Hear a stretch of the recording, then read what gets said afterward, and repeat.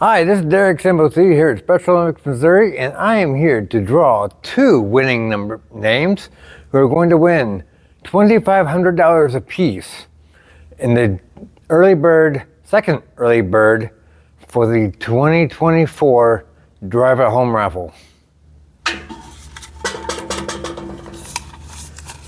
Let's see who the first winner is.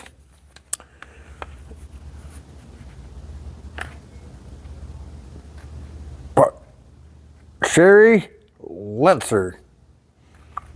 Sherry Letzer from Raffle, Missouri. Congratulations.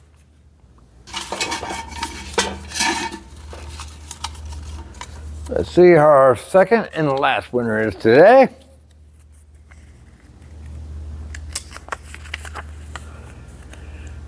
Tip Thompson. Congratulations.